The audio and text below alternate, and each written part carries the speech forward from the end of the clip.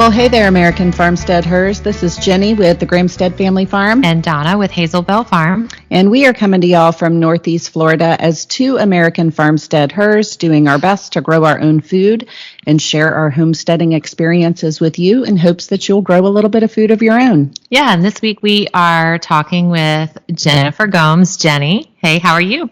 I'm great. How are you guys? Good. Good. Jenny co-hosts a podcast called Perfectly Preserved and has a new book out about pressure canning. So we're going to talk pressure canning today. Great. Yeah. I can't wait. Yeah, because we're coming up on like the busy growing season. Like we're right at the beginning of that busy growing season. Hopefully everybody is going to be pulling in loads and loads of produce out of the garden. And we definitely need a way to preserve all that goodness. So we thought it would be the perfect time to talk pressure canning. Yep. Yeah, Jenny, tell us real quick, because we get a lot of people who, they're terrified of the pressure canner. Yes. So let's start there. Let's ease some fears. Tell us some basic safety and why people shouldn't be afraid of pressure canning. Great. Okay, so I think that it's helpful to hear the reason for the scary stories that we hear. Every time I ever have someone tell me a scary story, I really purposely try and dig deep and figure out what it is that happened. Right. And nearly every time, this is the scenario is they retell a story where the lid shot off and broken glass stuck in the ceiling, and they were scared ever since, right? Some iteration of that. And what causes that to happen nearly every time in every story I've heard is people fail to follow the directions. And how true is that just in life? I'm a high school teacher. I mean, I just wish that's like the one life skill. I mean, you just really have to be able to follow them. Follow instructions. You need to be able to follow. You need to be able to follow instructions. So the instructions that come with any pressure canner, the manual will specify exactly how to know when all the pressure in your pressure canner has dissipated so that it's safe to take off the lid. Right. And most people have run into trouble when they try to remove the lid early or they fail to follow the directions and they don't clean the vent pipe, which would be like not cleaning your chimney in your wood stove. Mm-hmm. Okay. And too much pressure is built up inside, and then that's when people have problems. That's the time when there's issues. And it's not like a pressure canner today is going to spontaneously just explode, right?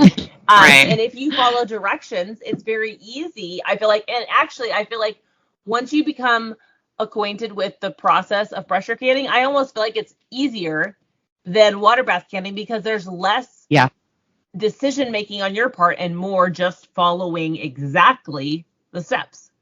Right. Yeah. I agree. I also find that, I don't know, maybe 9 times out of 10, a lot of those stories are not firsthand accounts. They are, I heard so-and-so's great aunt, or cousin or great grandfather or something like that. Somebody a long time ago had an issue. And I think it's important to also note that canners are made a lot better now than they were a couple of generations ago. Right. And I love and support a thrifting venture as much as the next person. But I do find that people sometimes have trouble when they are using a canner that is older, like significantly older, and or needs parts replaced. And either they don't know to source like a new gasket, for example, or they don't know how to get their pressure canner checked. So very quickly, if you're using an older pressure canner, one that you did not buy brand new, the very first thing you should do, like if you're at the yard sale or the tag sale or wherever you are, see if you can find a manual for that specific canner online. And any manufacturer worth their salt will have a free printable manual on their website for every model that you should attempt to use. And then however you acquire your pressure canner, your first stop should be to a cooperative extension office to have the gauge checked to make sure that it's reading pressure accurately. I actually don't live in an area where there's a cooperative extension that has a food department. Right. So for people in that area or in that situation, you could take it to a tire shop and they can check the pressure for you. Oh, good nice. to know. I didn't I know. know. That 'cause our local, we have a really great local extension, but they Right. don't do that anymore either. And I don't know if it's like a liability issue or they just, there's not enough interest. I really don't know why, but they don't do it. In my neck of the woods, it's a lack of dollars and not enough people. And, Right. there's just not as many people using that service. So that was actually the first thing I ever tried to get out of an extension office was to get my gauge checked. But I mean, there literally wasn't a place within any driving distance for me. And the next best suggestion, which is not a bad suggestion at all, is your local tire shop. And, be sure to take your tires there or take your rig there next time you need new tires. But doing those things just in terms of learning the parts of your pressure canner, becoming super familiar with the manual, and knowing that a lot of these stories, like you say, they're not firsthand accounts, they're rural legend, right?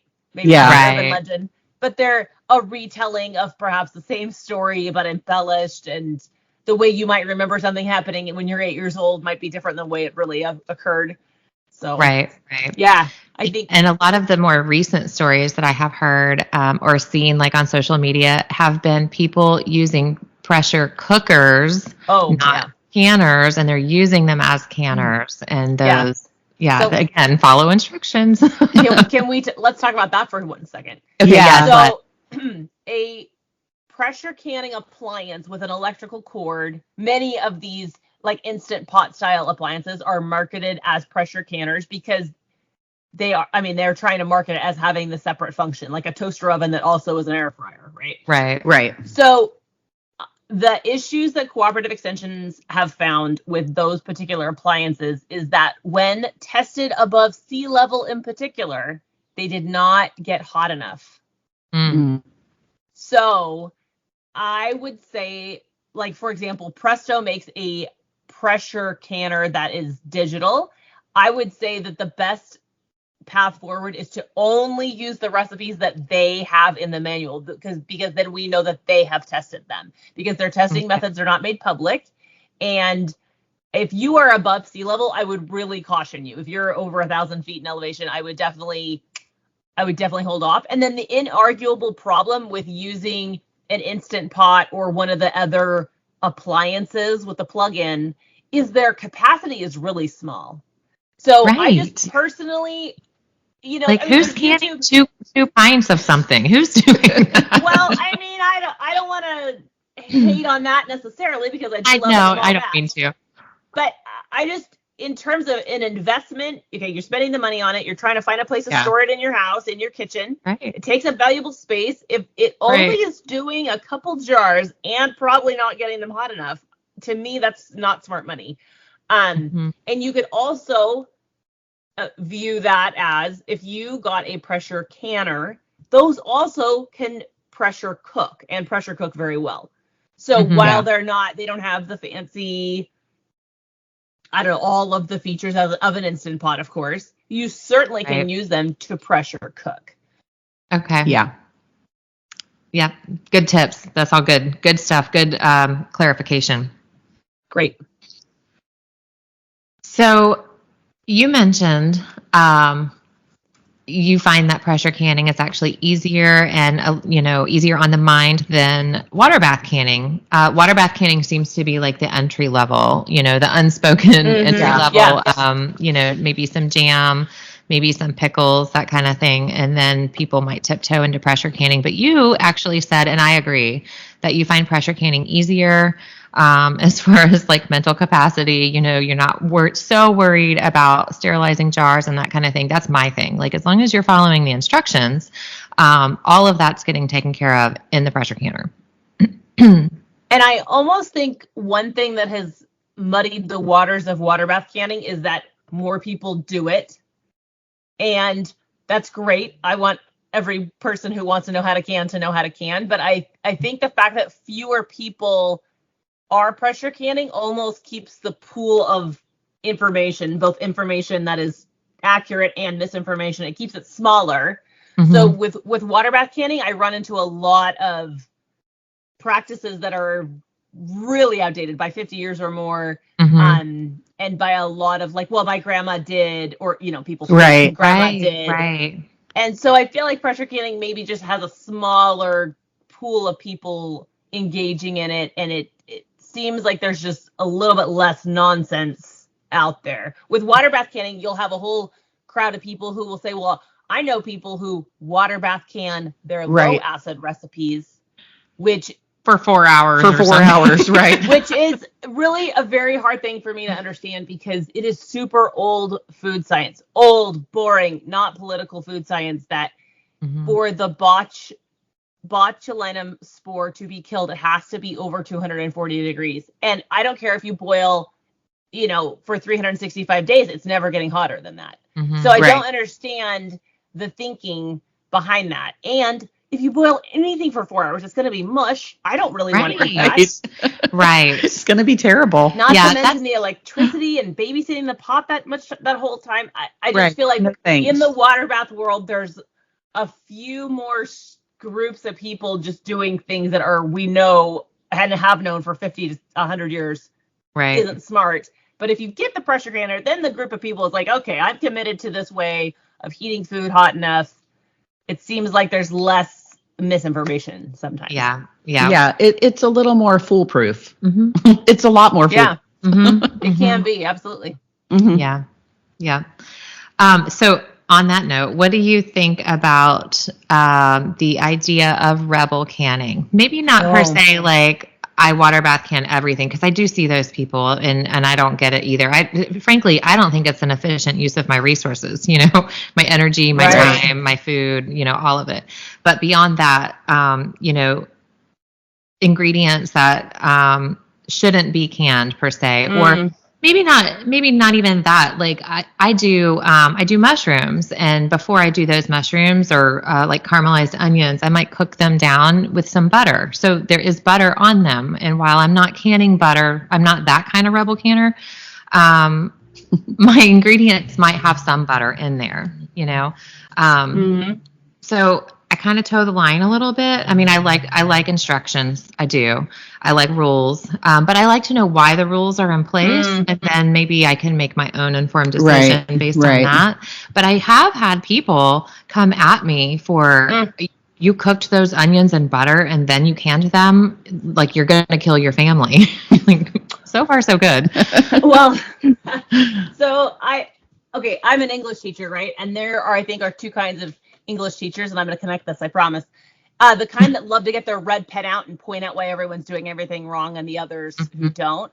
And I think sometimes in the canning world, people really want to point out that there's a right way and a wrong way.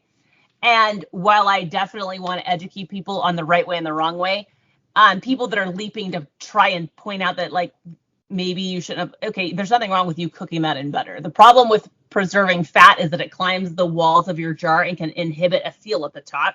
So maybe their intentions are good when someone's coming at you online, and let me tell you, I've had it happen to me too. They're a little bit misguided there. So you asked, what do I think about rebel canning? I guess I want to start by saying I'm certainly not someone who's thinking and saying, oh my gosh, the government, boy, they're just doing such a great job in every avenue. You know, that's not how I feel at all. No. And I have a healthy dose of critical thinking and skepticism, as one should. And all that to say, the recommendations that have been set forth by the USDA and by cooperative extension offices that largely operate very much without a whole lot of attention, right? Like they're very low dollar departments. Like there's, you know, Dr. Biden's not giving campaign demonstrations, right? And neither is Melania Trump. Nobody is really spending a whole lot of time or money telling the canning departments what to teach to people, right? So I think that there's just a misguided feeling of like, I don't like the government, so I'm going to go against every single thing they've ever said, which is silly, because the canning recommendations, for example, since 1917, the U.S. government said this is the only safe way to preserve low acid recipes. Over 100 years ago, we have known this is the way at home to get over 240 degrees, folks. And at the time, that information was really welcomed, and like it was seen as really patriotic to be preserving, because that was part of that World War I can the Kaiser movement, right? And then of course we're more familiar with World War II victory gardens, right? Right. So that was all that information was like happily received with a feeling of I'm patriotic, I love my country, I'm going to preserve safely. And then things sort of went by the wayside. There was a surge in botulism in the 70s, and then there was more information put out. But the information that's being shared, it's not like car seats where the recommendations change from state to state or year to year. It's largely the same stuff repeated over and over. And it's just, I think things that happen in the kitchen are really held so emotionally and tightly. Like, one thing that isn't like a safety concern, but it wastes a lot of time, is simmering the lids. You haven't had to simmer a canning lid since the 60s. But people feel like, oh, well, my mom did it, and this must be how to get a good seal, and I'm trying to be safe. I'm trying to do the right thing. It's emotional. It's all these feelings. And that's great, right? I love that. But like that just takes longer. That's one more thing to wash and one more thing to put away. Right. Yeah. And it's not necessary. Same with, sterilizing. If you're processing for longer than 10 minutes, you don't have to process your jars. And people also sometimes like, oh, wait a minute, that doesn't seem right. Right. I know. They're not clean. Well, I'm sorry. They are clean. Yeah. Well, they're as clean as clean could be if they're in there for 10 minutes, right? Yeah. So anyway, I just feel like some of the rebel vibe is really, really just misplaced good intentions. And I'm here to just gently inform anyone who wants to receive the information. And then we've mentioned being attacked online by the really aggressive folks who I've been accused of being a Trumper or a Biden supporter or got vaccinated or didn't get vaccinated. Right. Just because you mentioned in a Facebook group that you should pressure can meat. It gets very weird very fast.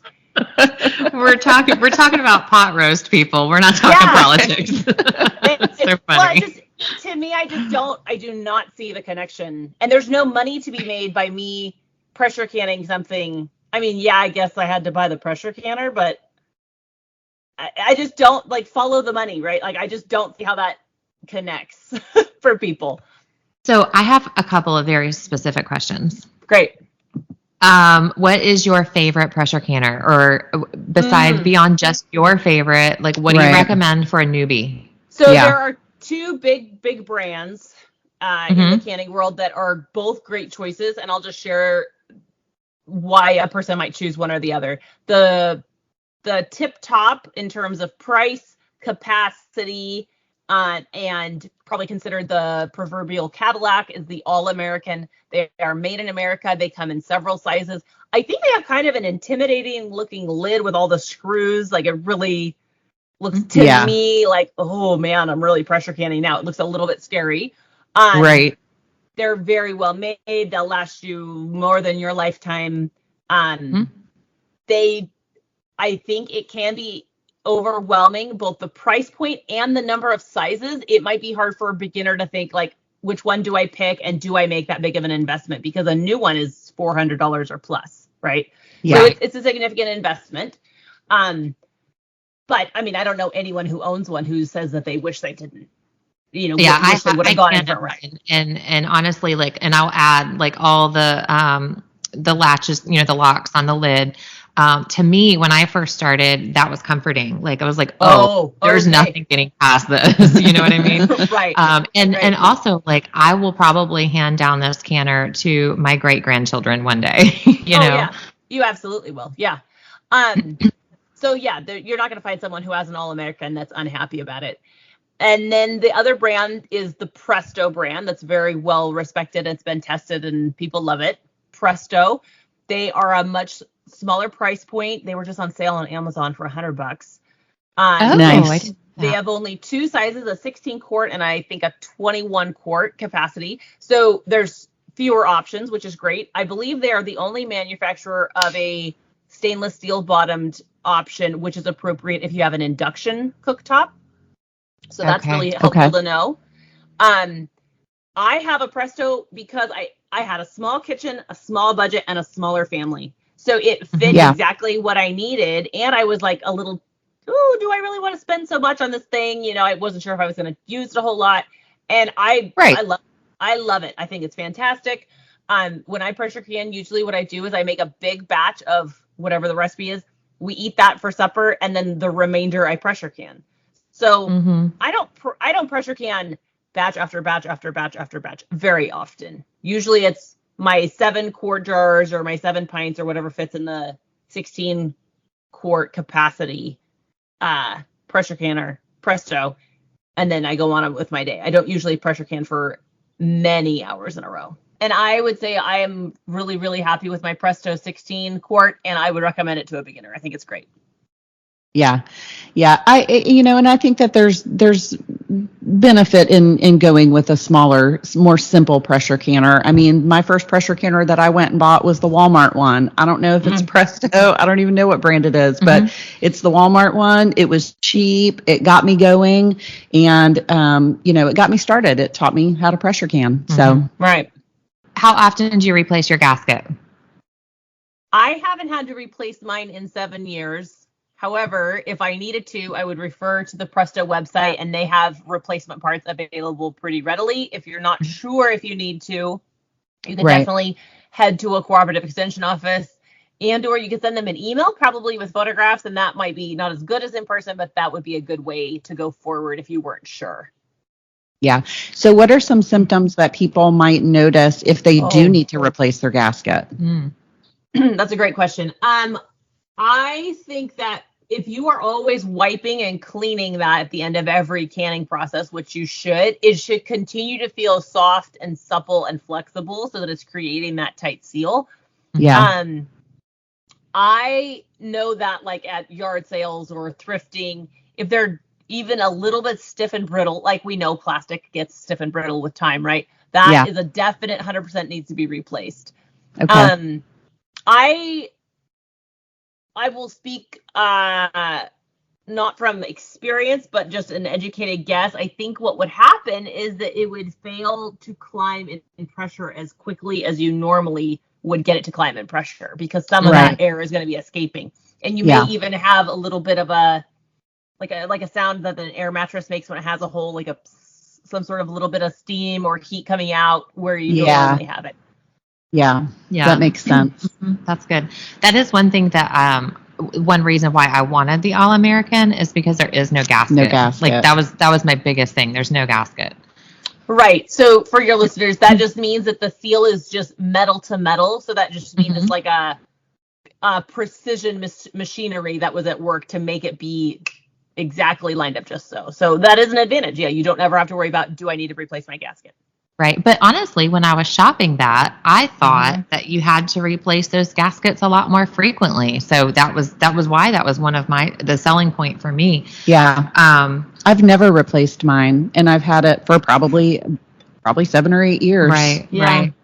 That's good to know. Well, I think some people really want to store their canners like out in a garage, like a shed or something, right? Yeah, and I think that is know that is a mistake, because that big swings in temperature are not good for your gasket. They're not good for your dial. It's the moisture in and out of the pot. That's a bad idea.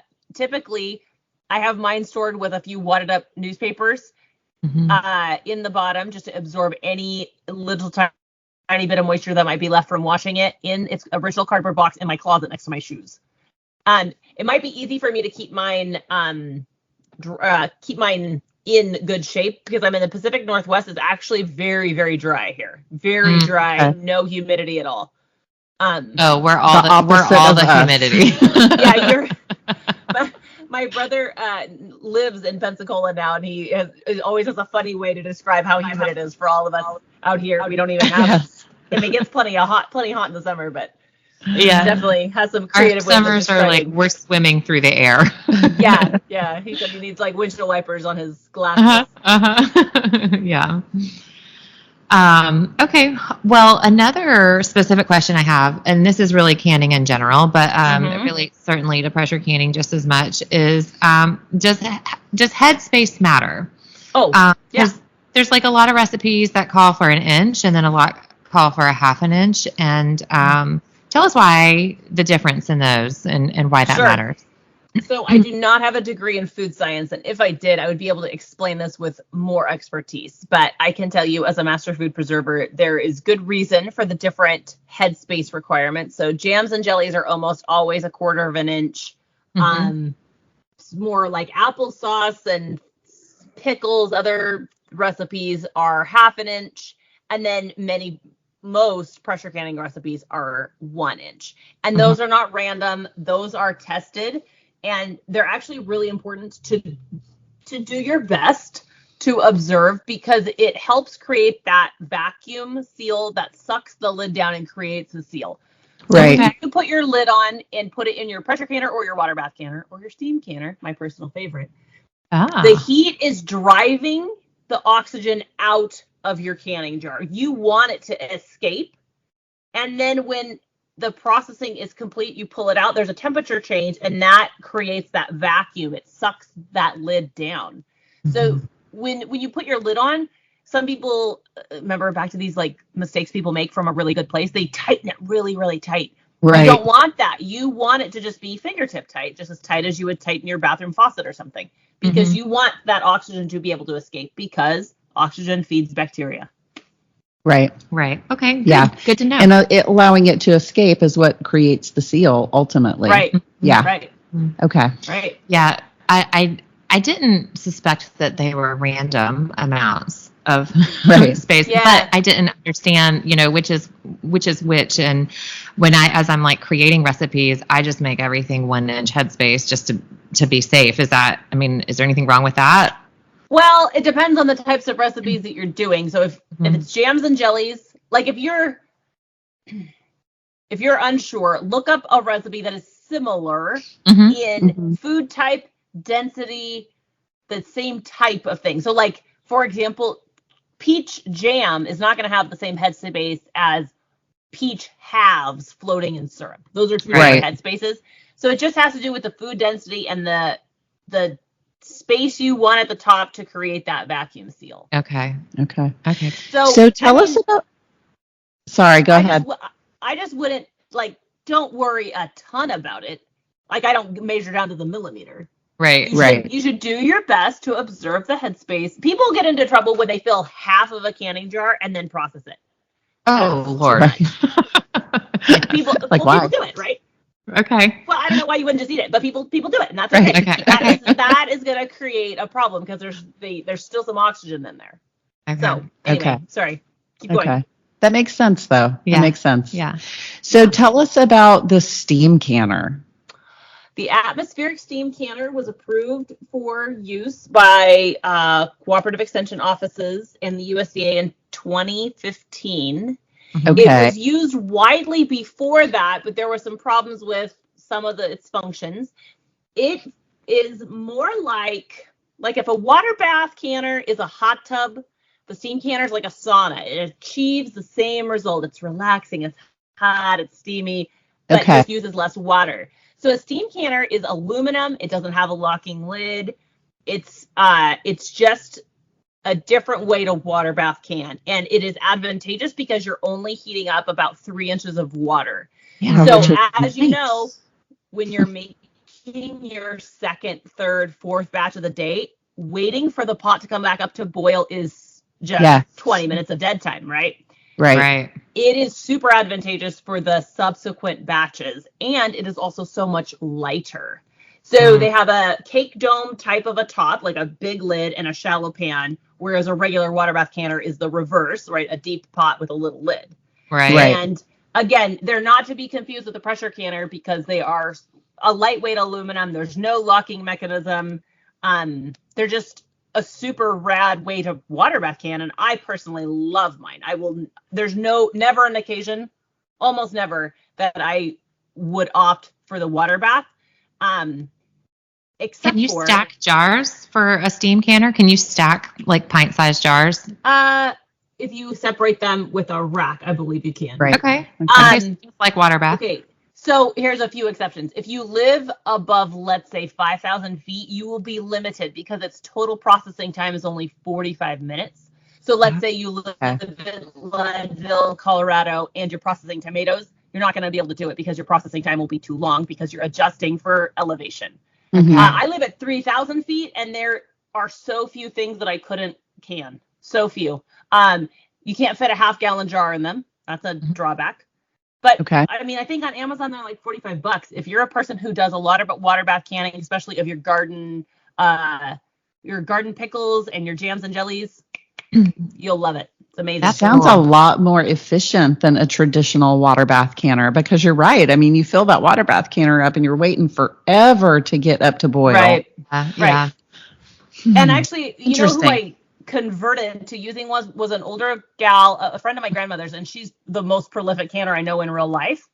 And she wanted one because she was getting older and lifting the pots was becoming really difficult for her. Right. And I think it's safer too because you're only lifting an amount that's more it's a reasonable amount for a person to lift, not Right. 35 pounds of boiling water in the water bath. Nice. Yeah, that's not something we think about until it comes time to do it. Right. It's like, yeah, I had a tennis elbow issue. And I was like, and I didn't realize how bad it was until I went to lift a canner. I was like, okay. You have canning elbow if you're not careful. Yeah, exactly. Exactly. Yeah. All right. Any other questions? Well, I just want to say that I'm always like super surprised when I talk to people about canning meat. I just love that. People are always just so blown away that you can just like raw pack meat with like no liquid. That's my favorite thing to do too. Yeah. It is my favorite thing to do with extra meat now. Just raw pack it and pressure can it. Mm-hmm. Right. It is surprising. And again, people thinking like, oh, is that safe? You know, but canning meat can be super safe, and it can be a very helpful tool, especially for the busy moms of the world or busy parents trying to figure out what healthful thing can I heat up really quickly after baseball practice or whatever. Right. It's fast food on the shelf. Yeah. It really is. It really is. Make tacos in 5 minutes. Mm-hmm. Right. It really can be a time savings. And I grew up on a cattle ranch, so I grew up with chest freezers were the norm because everybody was butchering their own beef, and we had halves or whole beef stored. So my mom didn't pressure can when I was growing up, but when I met my now husband, he was a cute young man who hunted, and he said, "Oh, you need to learn how to pressure can because you know, his cousins or other people he knew pressure canned their venison." So that is actually why I started. That was the very beginning of my pressure canning journey. And it can make, I mean, I hate to admit it, but I don't love venison as much as he does. But cooking it in a pressure canner with, you know, making it like into quick fajitas or whatever, delicious. It can really, really change it from to great. Yeah. And then you mentioned a super tender product, especially I was going to say, especially for deer meat. Yeah. You know, that's one of those things that like you get your back straps, and then like for us, we do a few cube steaks and then grind we have historically, we started pressure canning a lot of our deer meat maybe like 4 or 5 years ago for that reason. It was like, let's just try it out. Yeah. And it came out so good that now that's how we do them. It's the request of our household. Yeah. Like how much of this can you put on the shelf? Well, and how much do you want to wrap? And it just, you have to think through, how am I going to eat all of this? How are you going to cook it into something you want to eat? Yeah, all of that. So you mentioned hot pack and raw pack. So can we talk about that just for a second? Yeah, please. So you can raw pack meat, many different kinds of meat. You can cut into cubes and pack raw. However, when I took the Master Preserver course, I was shocked to find the taste difference from pre-browning that meat.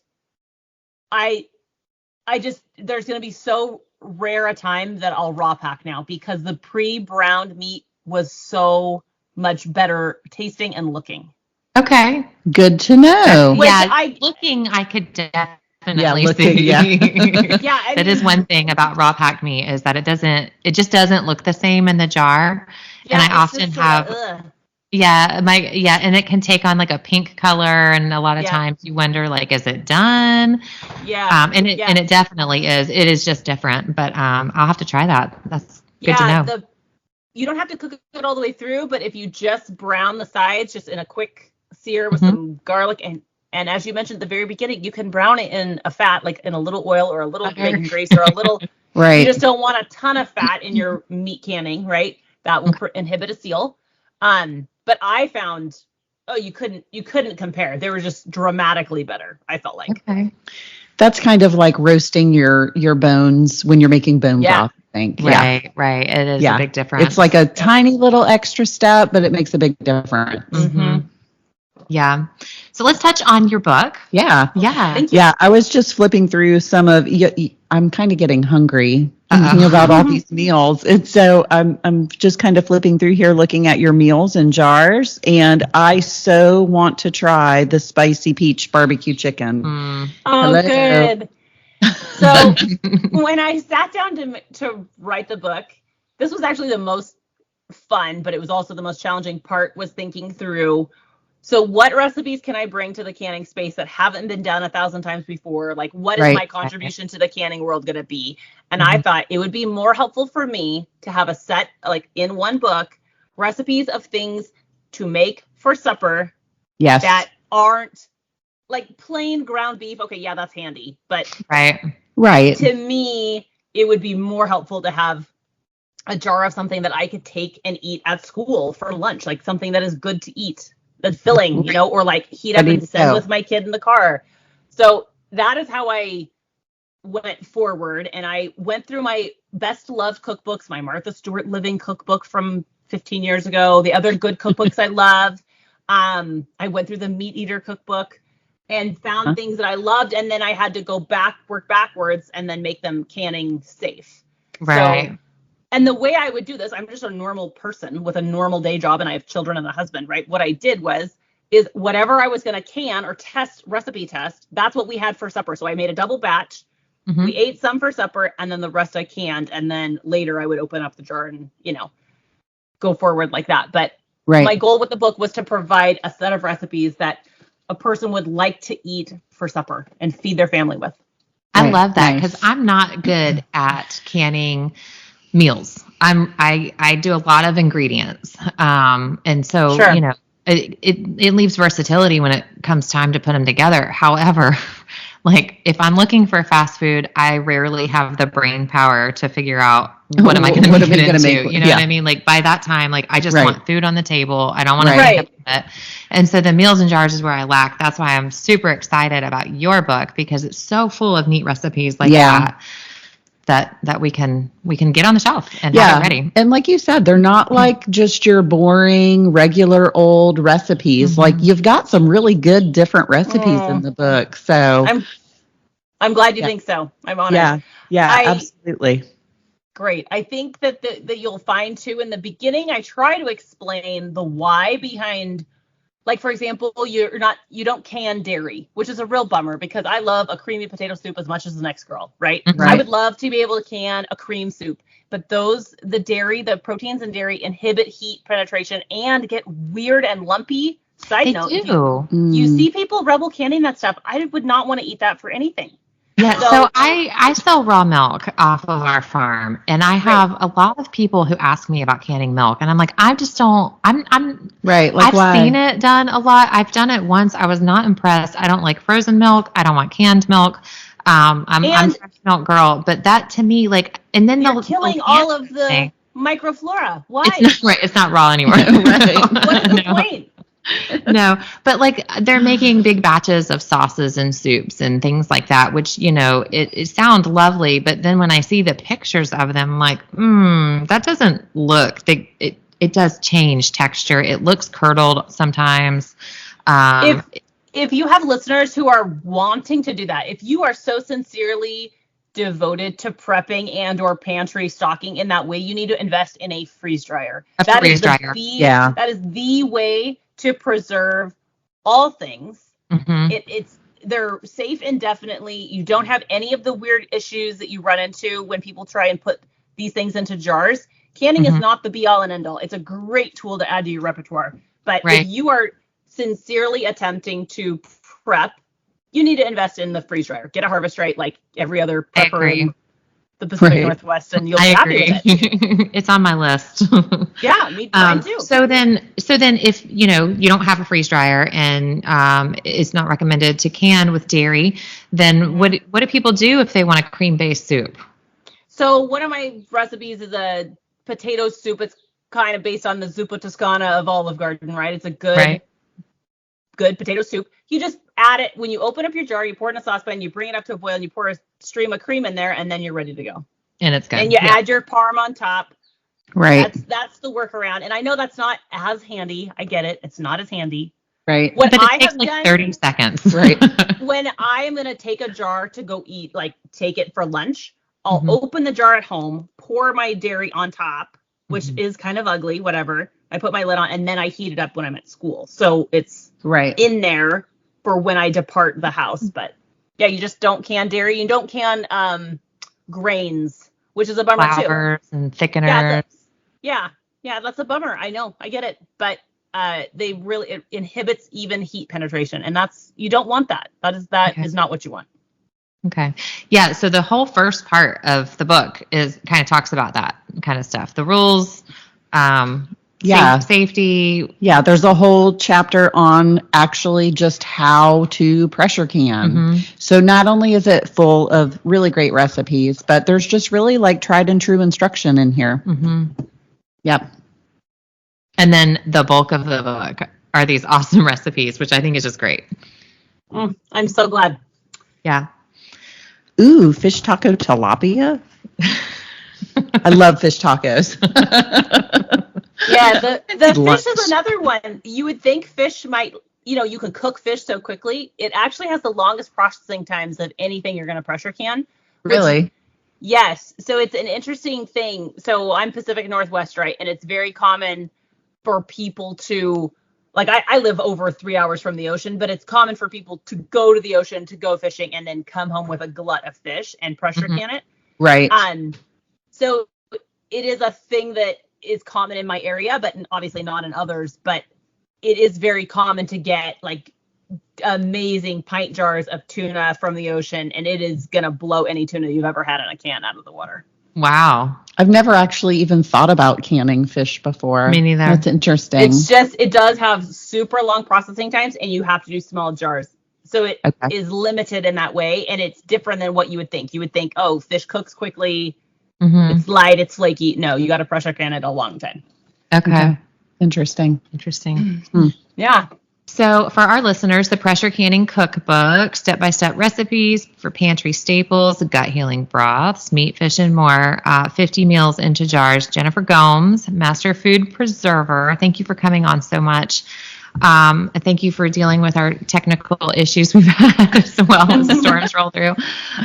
Tell us where your book is available, because it was just released, right? The Pressure Canning Cookbook is available on Amazon as well as anywhere books are sold, including Barnes & Noble. In the fall, it will be available in all Tractor Supply stores. Oh, cool. You can go to the Pressure Canning Cookbook to learn more if you want to check that out first. But it's available now. Yes. Awesome. And tell us the name of your podcast again. What is it called? I co-host Perfectly Preserved with another master food preserver and dear friend. Her name is Anna Cash. I met her online, and then we became canning friends. And then she invited me to take the master preserver course in her town, and now we host Perfectly Preserved together. I can't wait to hear it. Okay, perfect. Yeah, I'm definitely going to have to check it out. Yep. That and your website also. So where do people find you? My blog is thedomesticwildflower.com, and I hang out on social media on Instagram, and my handle is @thedomesticwildflower. The Domestic Wildflower. Very cool. Very cool. Well, thank you, Jennifer. Yeah, it was nice chatting with you. Thank you so much for having me, you guys. I'm so excited to see what you make. Yeah, it was fun. Yep. It's good to talk to you. Thank you so much. Okay, thank you so much. Bye, guys. Right, Bye.